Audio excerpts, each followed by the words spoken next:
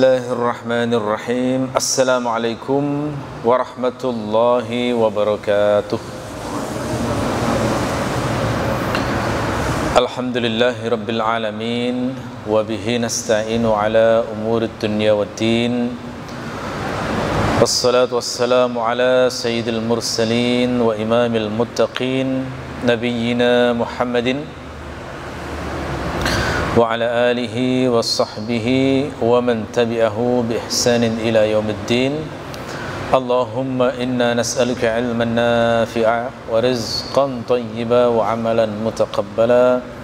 Rabbana zidna ilma warzuqna fahma waj'alna minas salihin, amma ba'du.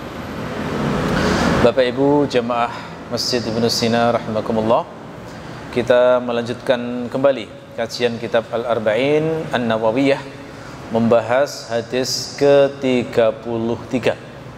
Kali ini temanya adalah tentang sumpah sebagai bukti penggugat.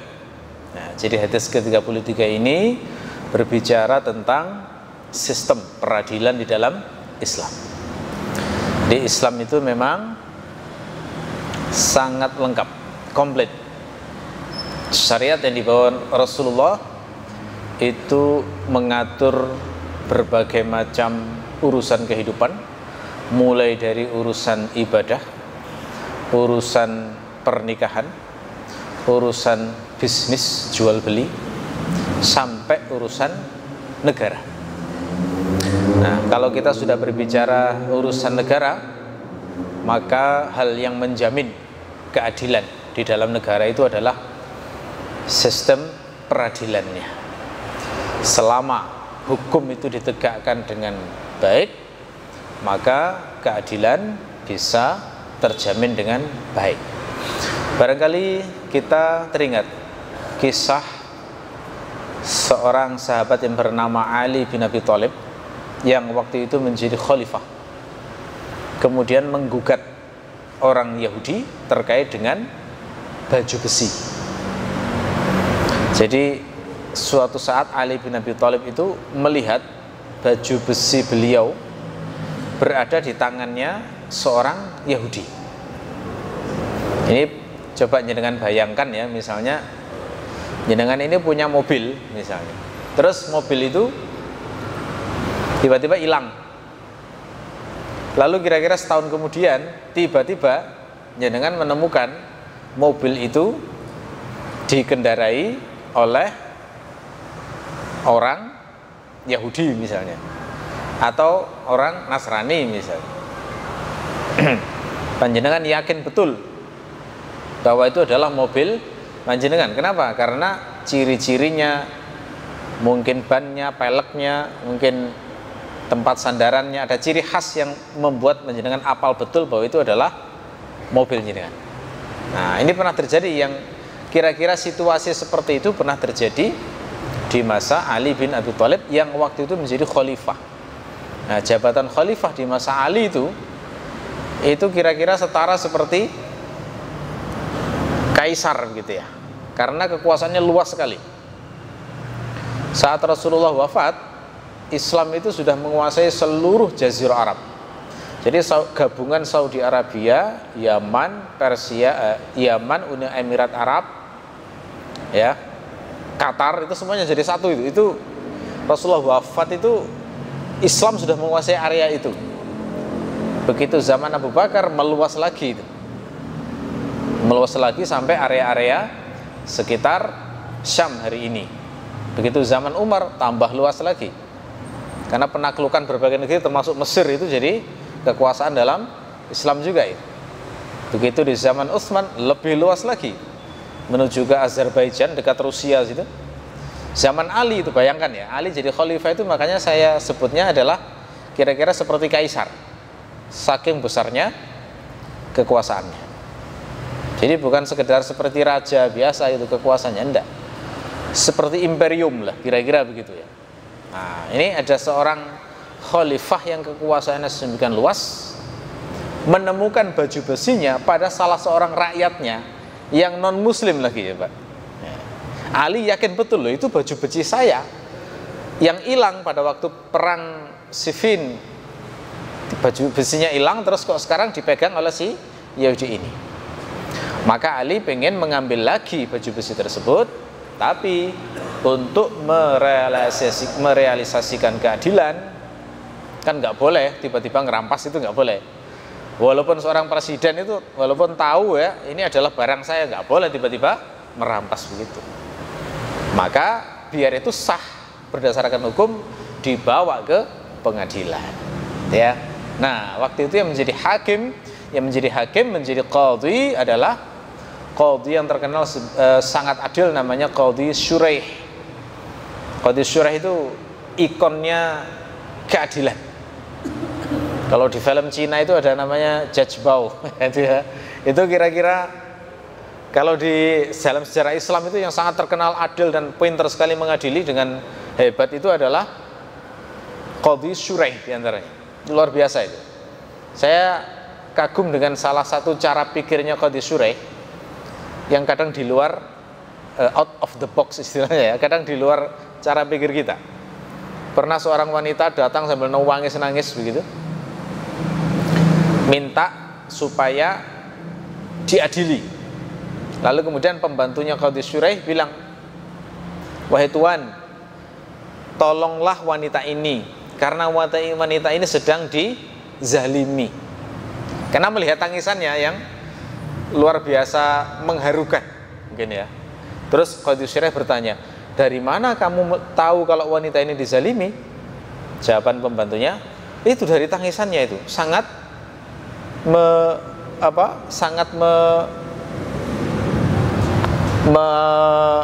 membuat renyuh hati gitu ya."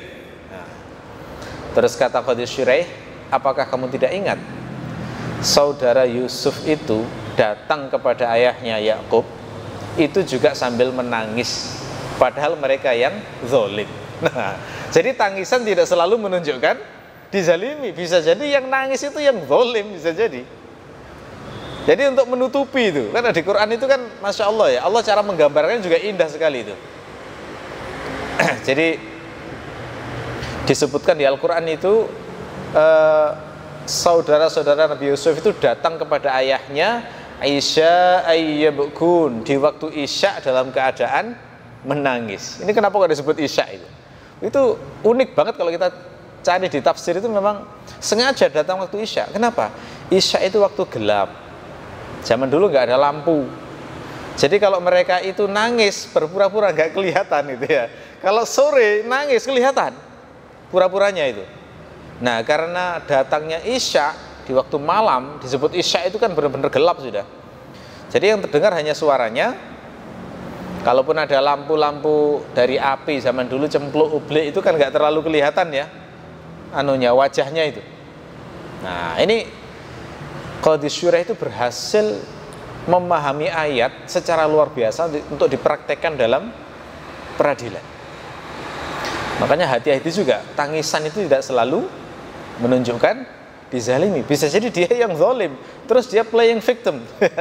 Dia berlagak menjadi korban supaya orang simpati. Apalagi zaman medsos sekarang kan gitu ya. Orang mengeluh itu kadang langsung menuai simpati. Bisa jadi yang ngeluh itu yang zalim padahal kita nggak tahu itu. Ya, jadi banyak kasus-kasus kayak gitu ketika diselidiki, ternyata justru yang nangis itu zalim. Nah, makanya ini ya, bapak-bapak di sini juga harus hati-hati. Tidak semua wanita yang menangis itu menderita. Ya, bisa jadi wanita menangis itu yang zalim, bisa jadi. Ya sama, laki-laki menangis juga kadang-kadang ya mata buaya. Ya, belum tentu dia benar. Ini Qadhi Shuraih. Kembali ke cerita ya. Jadi Qadhi Shuraih ini pada saat mendapatkan aduan, gugatan istilahnya dari Amirul Mukminin Khalifah Ali, maka posisi Ali di sini kalau berdasarkan hadis disebut mudda'i. Nah, kemarin sudah kita bahas panjang lebar ya. Ada istilah mudda'i, ada istilah mudda'a alaih. Nah, mudda'i itu terjemahan mudahnya penggugat, gitu. Yang menuntut itu mudda'i. Sedangkan mudda'a alaih itu berarti pihak yang dituntut, yang digugat. Nah, itu namanya mudda'a alaih, ism maf'ul. Nah, Ali Pada saat menuntut karena pingin mendapatkan baju besinya kembali, maka posisi beliau menjadi mudda'i. Maka dihadapkanlah Khalifah Ali bin Abi Thalib dengan orang Yahudi tersebut di pengadilan. Dihadapkan, maka Qadhi Syuraih waktu itu mempersilahkan Khalifah Ali untuk berbicara. Maka Ali mengatakan, wahai Qadhi, ini baju milik saya mengenalnya sebagai milik saya. Ya. Lalu kemudian baju ini hilang, tiba-tiba hari ini berada di tangan orang Yahudi ini. Saya ingin mengambilnya. Nah ini ya, ini Qadhi Syuraih kan tidak berdasarkan syariat Islam, hukum Islam. Ali mengatakan gitu kan harusnya langsung dipercaya ya. Kenapa? Karena Ali itu kan sahabat Nabi yang jelas pasti jujur. Wong beliau itu sudah dijamin masuk surga. Mana mungkin orang dijamin masuk surga berbohong, apalagi itu urusan remeh itu ya. Beliau juga sepupu Nabi. Yang pertama kali masuk Islam di kalangan anak-anak itu Ali bin Abi Thalib. Dan Ali itu suaminya Fatimah, putri Nabi, menantunya Nabi. Ya. Dijamin masuk surga, menantu Nabi, keutamanya banyak sekali. Khalifah lagi ya, pemimpin tertinggi yang bisa memecat hakim surah itu kapanpun seandainya andaikan mau. Ya, nah, tetapi hakim Syuraih tetap berpegang pada aturan dan syariat Islam. Bagaimana itu? Setiap penggugat, setiap penuntut wajib untuk mendatangkan bukti. Nah, ya, wajib mendatangkan bukti atau istilahnya bayyinah. Nah, ini yang kita bahas di hadis ini. Lafaz hadis Nabi kan begini, al bayyinah alal mudda'i. Bayyinah itu tanggungannya penggugat. Ya, jadi menghadirkan bukti itu tanggungannya penggugat. Maka Khalifah Ali ditanya, apa bukti Anda wahai Khalifah? Apa yang membuktikan bahwa baju besi itu milik Anda? Ini penting. Karena kalau tidak ada bukti, kemudian setiap klaim dibenarkan, bahaya sekali. Nanti orang mengklaim mobil tetangganya sebagai miliknya, gitu ya. Oh, ini milik saya ini. Hilang 5 tahun yang lalu, padahal milik tetangganya. Lihat temannya punya iPhone baru, wah ini milik saya ini. Kemarin hilang ya, kan bahaya banget tuh. Yang bahaya lagi adalah mengklaim, loh itu istri saya itu. Padahal istrinya orang, loh kan bahaya sekali itu ya.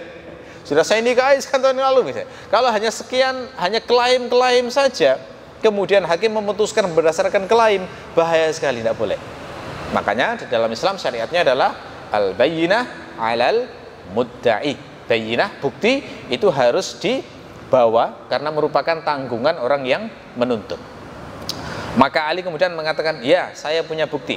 Maka Ali kemudian memanggil 2 orang sebagai saksi bahwa baju besi tersebut adalah miliknya Ali. Nah, di saksi itu salah satu bukti kebenaran sesuatu. Makanya dalam nikah itu diperintahkan syarat sahnya harus ada 2 saksi. Kenapa? Kalau misalnya ada orang yang menggugat, loh kok tiba-tiba bareng ini, emang siapa? Kan orang itu bisa mengatakan, loh kami sudah nikah. Buktinya apa? Panggil 2 saksi. Nah itu ya, jadi saksi itu maksudnya adalah menjadi bayyinah, menjadi bukti bahwa seseorang itu telah menikah. Akad jual beli itu kan di dalam Al-Quran kan dianjurkan ada saksinya toh. Bukan akad jual beli, akad utang piutang. Nah itu dianjurkan dalam Al-Quran, itu ada saksinya. Kenapa? Utang itu rawan sekali. Ya, kadang orang ingat utang tapi malas bayar, itu banyak. Utangnya seneng tapi bayarnya malas itu. Yang nagih bahkan sampai ngemis-ngemis kadang itu ya. Mau nagih itu seungkan banget, ditata dulu bahasanya ya, biar tidak menyinggung kan gitu. Jadi kadang kayak sambil yang melas itu yang nagih malahan kadang-kadang ya. Nah, tapi kalau sudah semakin lama kadang-kadang diingkari itu loh. Kapan saya punya utang? Saya nggak punya utang. Buktinya apa? Nah itu ya. Makanya perlu diadakan saksi dalam akad utang piutang. Di Quran dianjurkan itu. Kalau misalnya nilainya besar, kemungkinan terjadi perselisihan, buatlah saksi. Ya. jual beli tanah di zaman Nabi, selalu dihadirkan saksi biar tidak terjadi perselisihan. Nah, zaman sekarang bukti semakin berkembang. Untuk kepemilikan tanah sekarang buktinya apa? Sertifikat, gitu ya. Sertifikat. Tapi sertifikat masalahnya juga bisa dipalsu zaman sekarang ya. Nah, ini biasanya kuat-kuatan bukti akhirnya. Apa yang menunjang bukti itu? Nah, misalnya gitu, kalau dalam pengadilan itu dikumpulkan semua bukti-bukti yang terkait dengan sebuah status itu, ya. Jadi kembali ke cerita, Ali memanggil 2 orang. Siapa itu?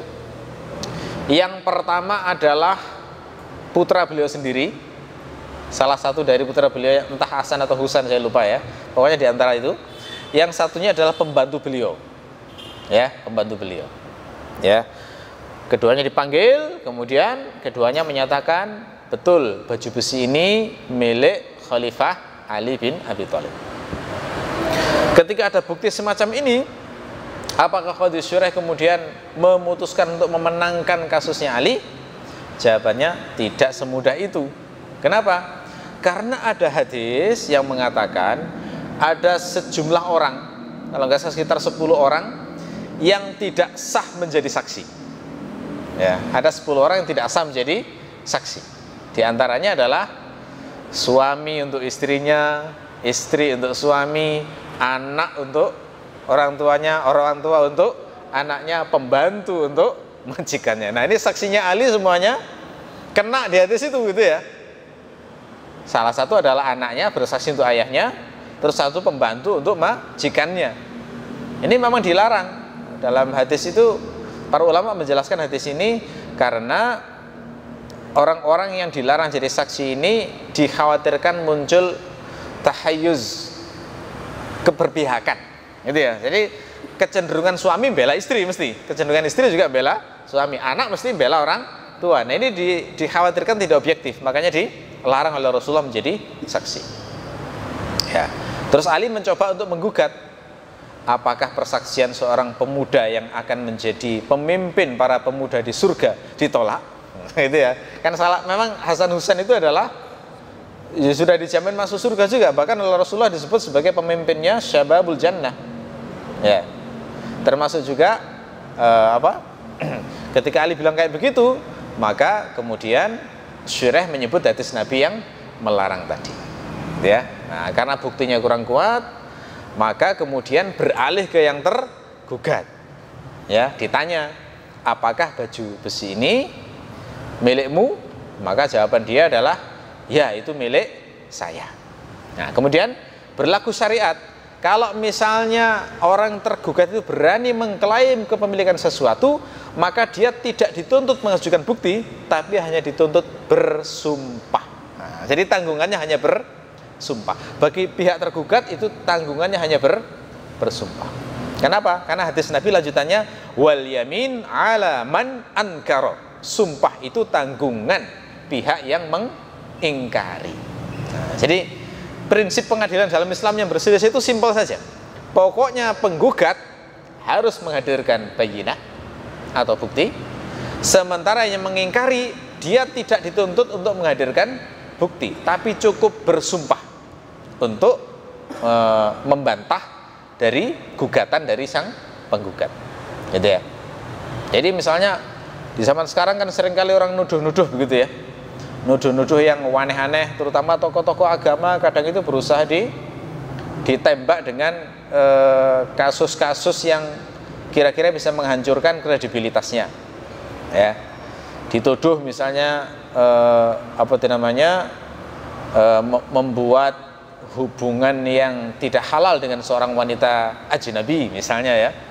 Dituduh misalnya melakukan chat, mesum dan lain sebagainya. Itu kan zaman sekarang sangat mudah kayak begitu ya. Nah, posisi orang yang tertuduh semacam itu dalam syariat tidak dituntut menghadirkan bukti, cukup bersumpah untuk mengingkari. Itu syariatnya kayak begitu. Jadi nggak bisa hanya didasarkan tuduhan terus kemudian dia yang sibuk menunjukkan bukti. Justru yang menggugat itu yang disuruh menunjukkan bukti. Tuduhan zina dalam Islam itu syariatnya harus menghadirkan 4 saksi sebagai bukti. 4 saksi. Berarti kalau bukan 4 saksi nggak boleh. Khusus ini ya, khusus khusus tindakan tuduhan zina itu bayinahnya sudah ditentukan dalam Al-Quran. Makanya nggak boleh dari rekaman, dari video, tidak sah itu, karena itu bisa direkayasa juga ya, zaman sekarang gitu ya. Dari suara, dari apa gitu ya, harus saksi yang benar-benar melihat. Dari bercak cairan apa, tidak bisa itu, tidak bisa. Jadi bukti kalau dalam kasus zina itu harus saksi 4 orang yang melihat langsung perbuatan tersebut. Ya, jadi bukan tidak boleh apa itu namanya, qoro'in istilahnya, hal-hal yang mengindikasikan saja yang hanya sifatnya dugaan itu.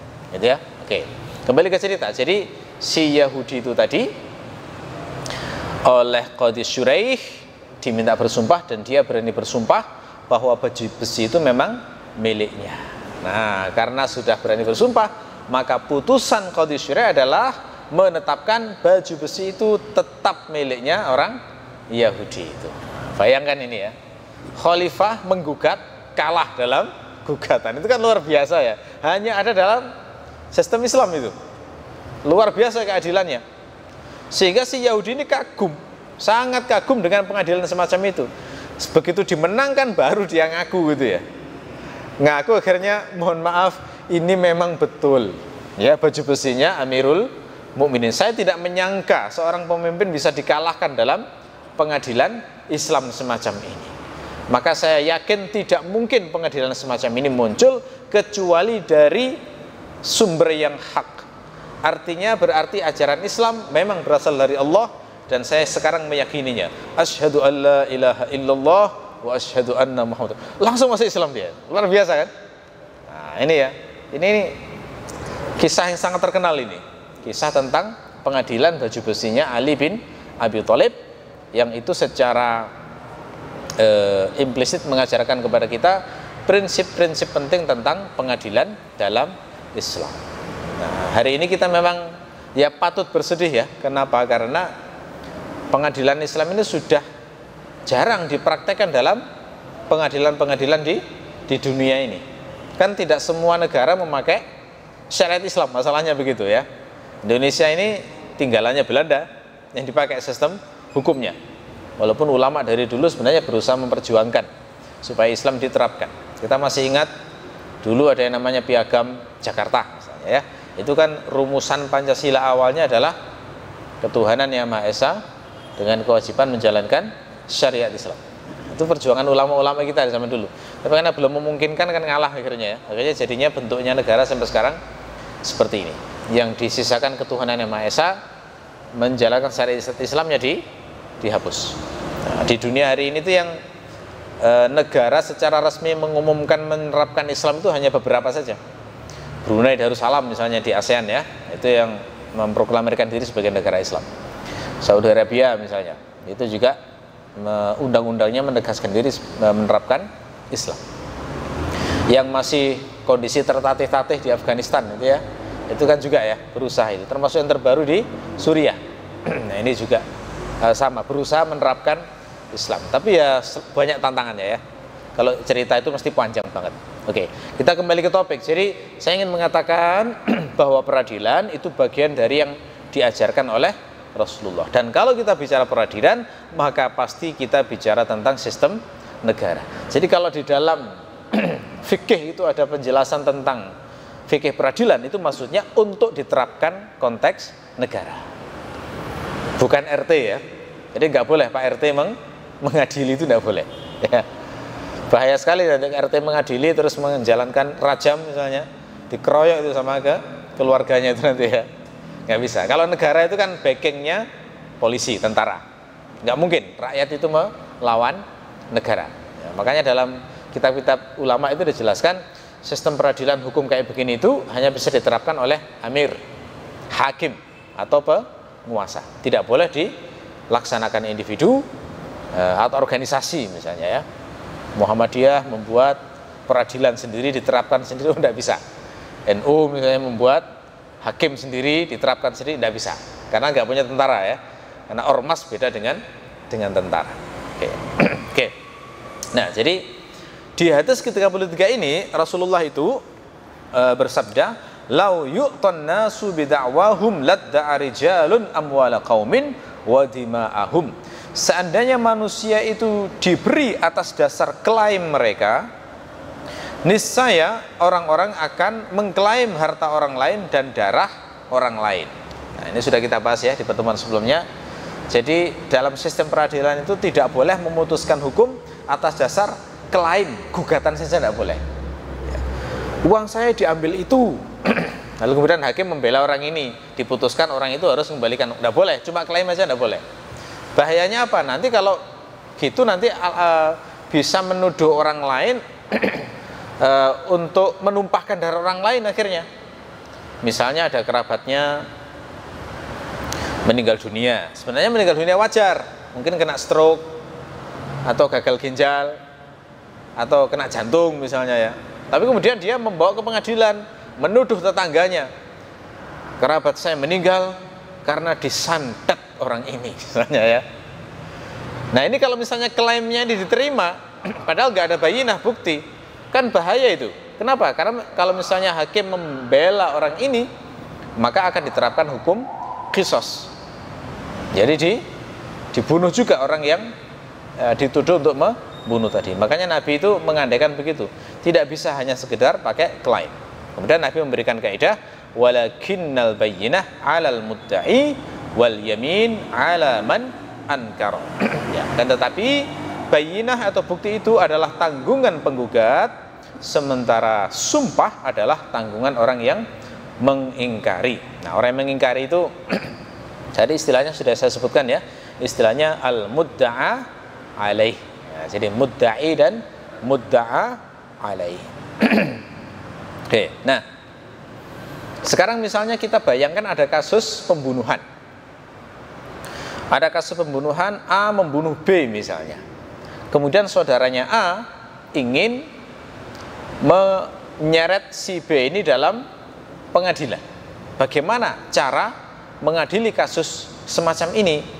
Ya, bagaimana cara memutuskan kasus pembunuhan semacam ini? Nah, ini. Nah, terkait dengan kasus semacam ini, para ulama dalam hubungannya dengan hadis yang saya bacakan tadi itu ada dua pendapat ketika memahami hadis ini. Pendapat yang pertama adalah mereka mengatakan bayyinah itu beban mudda'i selamanya dan sumpah itu adalah beban mudda'a alaih selamanya. Ini pendapat yang pertama. Pendapat yang kedua mengatakan bahwa bayyinah itu menjadi beban mudda'i tetapi bisa dikuatkan dengan sumpah. Nah, ya. Ini memang harus pelan-pelan supaya kita bisa memahami prinsip peradilan yang diterangkan di sini. Saya terangkan dulu pendapat yang pertama. Pendapat yang pertama ini pendapatnya Abu Hanifah dan disetujui oleh Al-Bukhari. Nah, semua gugatan itu pakai prinsip pendapat yang pertama ini, maka berarti penggugat itu hanya diterima jika bisa menghadirkan bayinah dan tidak bisa diterima jika dia menggugat dengan menggunakan sumpah sebagai bayinah. Nah, ini pendapat pertama itu seperti itu kira-kira. Ya. Nah, ini berlaku juga termasuk dalam kasus pembunuhan. Ya. Saya kasih contoh misalnya kasus pembunuhan yang pernah terjadi di zaman Nabi. Ada dalam Sahih Al-Bukhari ya. Saya bacakan riwayatnya. Anna nafaran min qaumihi za'ama anna rajulan minal ansar yuqalu lahu Sahal ibnu Abi Khathmah akhbarahu. Seorang laki-laki dari kalangan Ansar yang bernama Sahal bin Abi Khathmah memberitahu anna nafaran min qaumihi antalaqu ila Khaybar. Sejumlah orang dari kaumnya pergi ke Khaybar. Jadi ini ceritanya ada sahabat Ansor. Sahabat Ansor itu kan kabilahnya yang banyak. Kabilahnya itu banyak sekali. Terus di antara kabilah-kabilah tersebut ada sekelompok orang yang pergi ke Khaybar. Khaybar itu apa? Khaybar itu adalah tempat mereka diusir oleh Rasulullah dari Madinah. Ya. Jadi pada saat Rasulullah itu baru hijrah ke Madinah, waktu itu ada 4 kelompok Yahudi. Yang pertama bernama Yahudi Bani Qainuqa. Yang kedua Yahudi Bani An-Nadhir. Yang ketiga Yahudi Bani Quraidah. Dan yang keempat adalah Yahudi Khaybar. Nah, dari 4 kelompok Yahudi ini, 3 yang pertama itu tinggal di kota Madinah. Bani Qainuqa, Bani An-Nadhir, Bani Quraidah, itu semuanya tinggal di Madinah. Khaybar itu jauh dari Madinah, jadi beda kota. Bayangkan kira-kira misalnya di Malang sini, ini Madinah kira-kira Malang sini ya, itu ada 4 pemukiman Yahudi yang beda-beda. 4 pemukiman Yahudi, namanya Bani Qainuqa, Bani An-Nadhir, dan Bani Quraidah. Sementara di luar ada pemukiman di luar Malang sini. Anggap aja misalnya di sekitar daerah Surabaya misalnya, di sana ada Khaybar, Yahudi Khaybar. Nah, 3 Yahudi ini selalu buat masalah sampai akhirnya diusir satu persatu. Pertama Bani Qainuqa dulu diusir, pergi dari Madinah akhirnya. Kemana mereka perginya? Ke Khaybar. Lalu kemudian Bani Nadhir sama, buat masalah lagi, diperangi, diusir. Kemana? Ke Khaybar juga. Yang ketiga terakhir Bani Quraidah, itu buat masalah pada perang Ahzab itu, berkhianat pada perang Ahzab. Akhirnya dikepung oleh Rasulullah. Yang ini nggak diusir, tapi dihukum bunuh. Laki-lakinya semuanya dibunuh, perempuan dan anak-anak dijadikan tawanan, diperbudak. Nah, maka bisa kita bayangkan betapa dendamnya Bani Yahudi Bani Quraidah itu dengan Rasulullah. Itu ya. Maka karena Rasulullah tahu situasi semacam itu, beliau memutuskan untuk menyerang juga Bani Yahudi di Khaybar. Supaya apa? Supaya tidak ada peluang orang Yahudi menghimpun kekuatan untuk menyerang Madinah lagi seperti kasus perang Ahzab itu. Ya. Diseranglah Khaybar, kemudian ternyata mereka kalah. Ya. Di peristiwa Khaybar inilah yang ada cerita Ali mengangkat gerbang sendirian itu ya, yang beratnya itu harus diangkat 8 orang ya, bayangkan itu ya. Itu berapa kintal kira-kira diangkat Ali sendiri. Memang Ali itu kuat sekali ya. Di lukisannya seorang pendeta pada saat melihat Ali masih tersimpan sampai sekarang itu.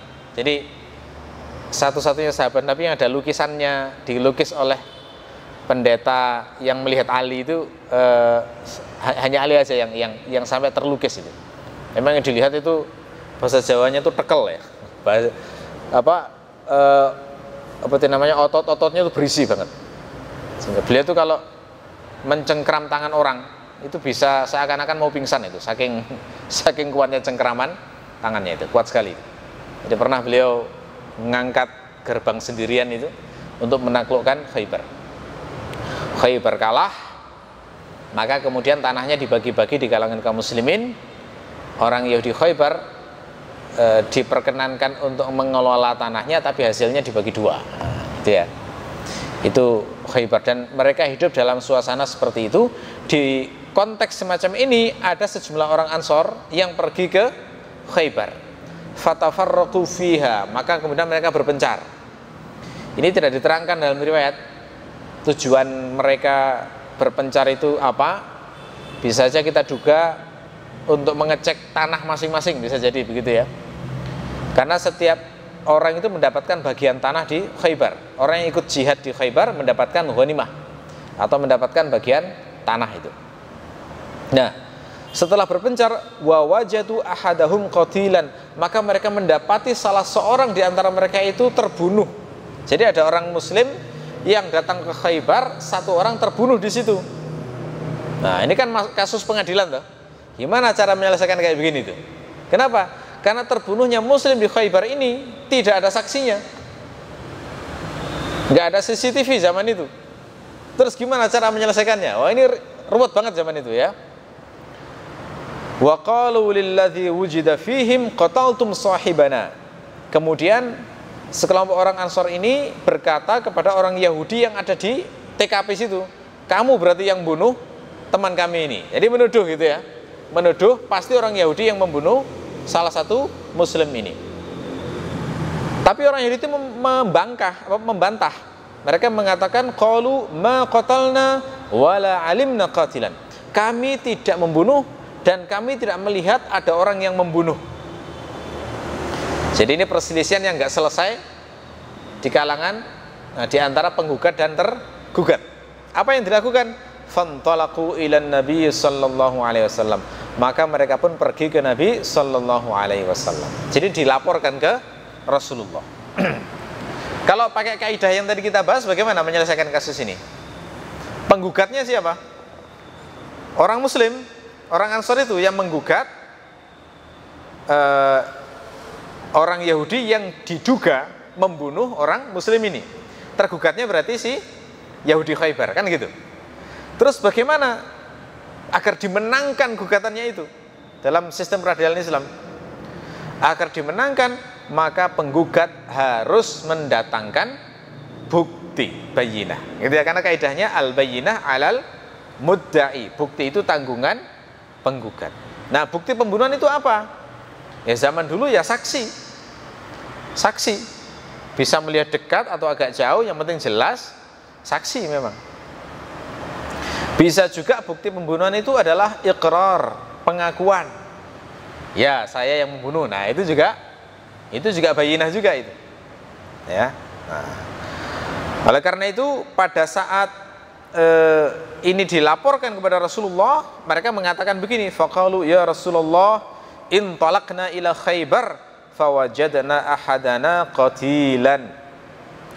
Wahai Rasulullah, kami pergi ke Khaybar, lalu kami mendapati salah seorang di antara kami terbunuh. Faqala al-kubra al-kubra. Kemudian Nabi berkomentar al-kubra al-kubra. Ini kalau di syarah itu diterangkan maksudnya yang tua dulu. Jadi waktu itu ternyata penggugat yang datang itu semuanya kerabat, cuma yang ngomong yang paling muda. Dan Nabi itu nggak suka seperti itu karena adabnya kurang. Nah, gitu ya. Jadi dalam satu forum, kalau misalnya kesempatan berbicara diberikan, maka Rasul mengajarkan yang paling tua itu berhak untuk berbicara lebih dulu. Nah, ini adab Islam ini. Al-kubra al-kubra. Nabi nggak suka kasus kayak gini itu jubirnya anak yang masih muda. Ya, jadi beliau ingin yang tua dulu. Yang lain boleh bicara, tapi setelah yang tua. Ya.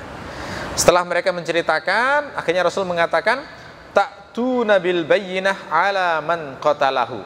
Kalian tunjukkan bayyinah, tunjukkan bukti yang menunjukkan orang yang membunuhnya. Nah, jadi Nabi minta bukti. Ya. Apa respon mereka? Qalu malana bayyinah. Mereka menjawab, kami tidak punya bayyinah. Ya jujur, orang Muslim kan memang nggak mau ngarang ya, nggak bisa hanya curiga terus memastikan pasti ini yang bunuh, nggak berani gitu ya. Jadi kalau memang nggak punya bayyinah, dikatakan kami nggak punya bayyinah, nggak punya Rasulullah, tidak ada saksi mata pun yang melihat pembunuhan tersebut. Ya, maka Nabi mengatakan qala fayahlifun. Kalau begitu berarti orang-orang Yahudi itu nanti akan bersumpah. Nah, ini kembali ke kaidah tadi ya. Wal yamin ala man ankara. Sumpah itu tanggungan orang yang mengingkari. Jadi kalau penggugatnya nggak punya bukti, maka Rasul akan mengembalikan kepada Yahudi tadi. Kalian berani nggak bersumpah bahwa kalian tidak membunuh? Kalau mereka berani bersumpah, bebas berarti sudah. Ya. Tapi kalau mereka tidak berani bersumpah, kena berarti, tetap kena. Karena tidak berani bersumpah, tandanya bersalah. Gitu ya. Ini bagi orang yang bertakwa ya. Kalau orang yang nggak bertakwa ya sumpah apapun sudah dikit-dikit sumprit sumpah gitu ya. Itu kalau orang yang tidak bertakwa. Tapi kalau orang bertakwa seperti Muslim, tidak berani bersumpah apalagi atas nama Allah. Karena nama Allah itu sangat diagungkan. Orang Muslim kalau sudah bersumpah kemudian melanggar, kan ada kafarohnya itu. Dia wajib untuk membayar kafaroh, memberi makan 10 orang miskin, atau memberi pakaian 10 orang miskin, Kalau tidak mampu, boleh berpuasa 3 hari.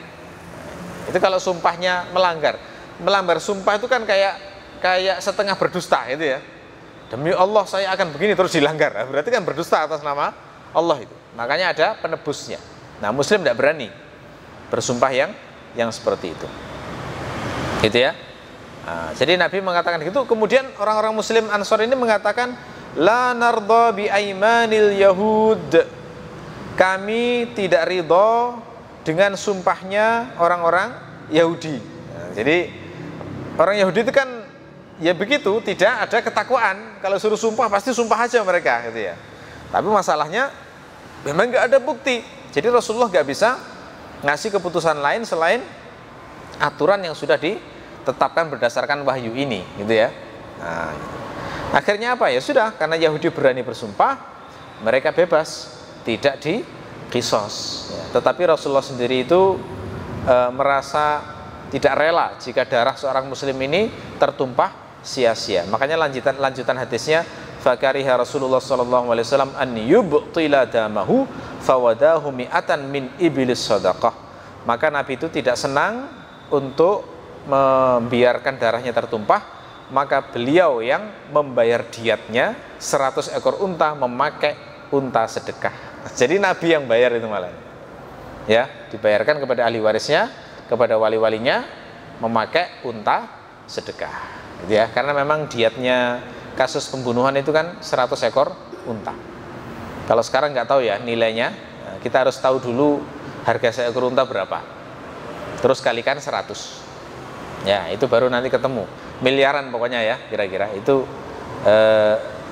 diat atau tebusan untuk kasusnya pembunuhan. Gitu ya. Nah, hadis ini itu menunjukkan bahwa tanggungan dari penggugat itu hanya bayinah saja. Tidak boleh penggugat itu memberikan bukti berupa sumpah, gitu ya. Jadi maksudnya orang-orang Ansor tadi itu tidak diperintahkan Nabi bersumpahlah bahwa fulan ini telah membunuh kawanmu misalnya. Nggak ada pernyataan semacam itu.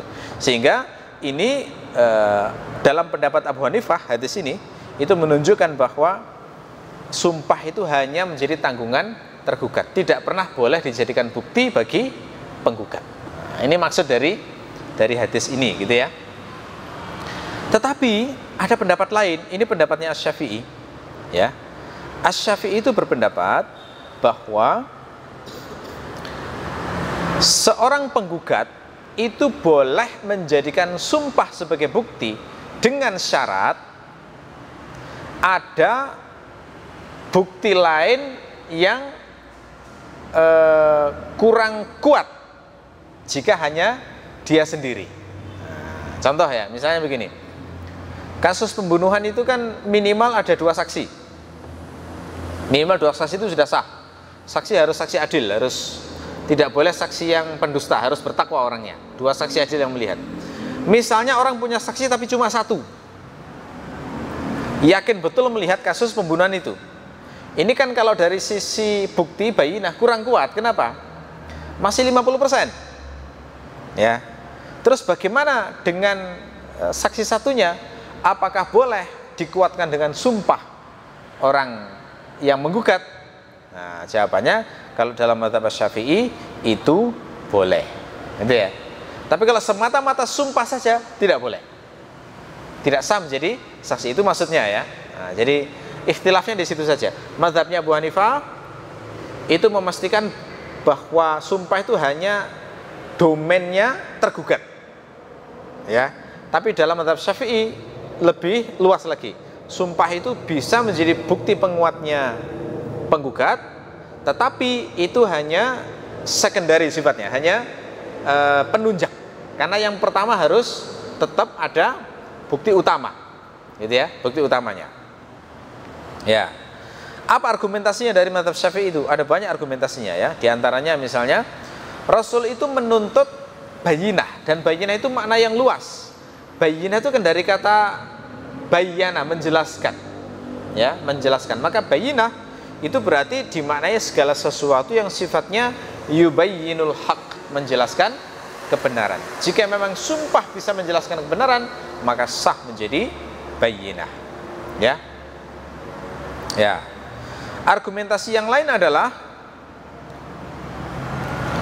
dua saksi yang biasanya menjadi bayyinah itu difahami sebagai dua jenis bukti yang membenarkan klaim penggugat. Sehingga pada kasus saksi itu kombinasinya bisa satu laki-laki, satunya laki-laki, bisa juga satu laki-laki plus dua perempuan, bisa juga satu saksi plus sumpah.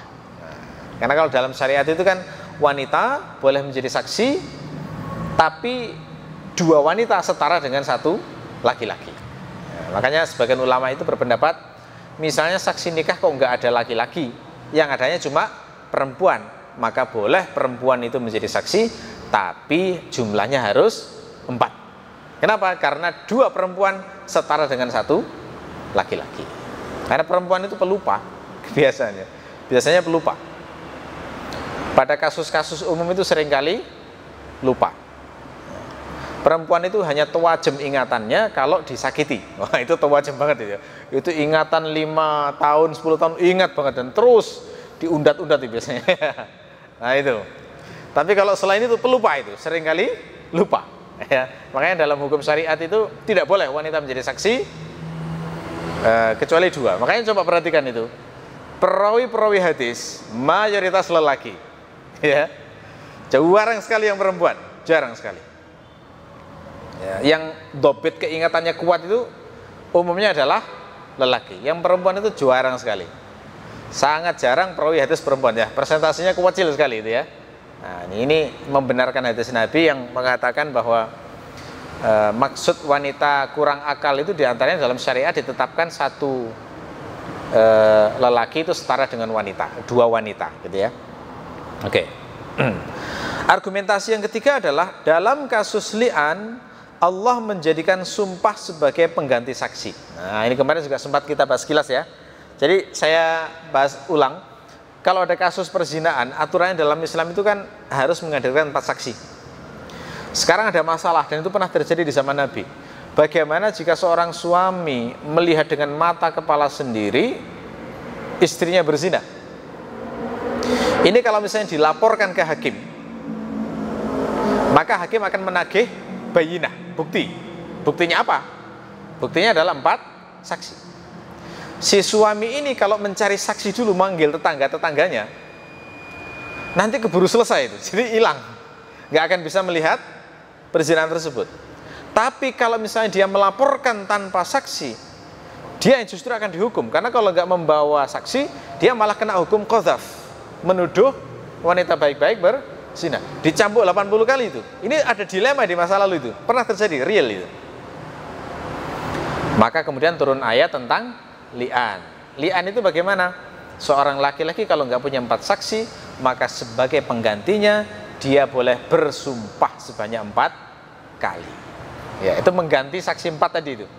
Karena dia yakin 100% saya melihat benar-benar dengan mata kepala saya sendiri bahwa istri berzina misalnya, maka saat itu dia menguatkan klaimnya dengan bersumpah sebanyak 4 kali.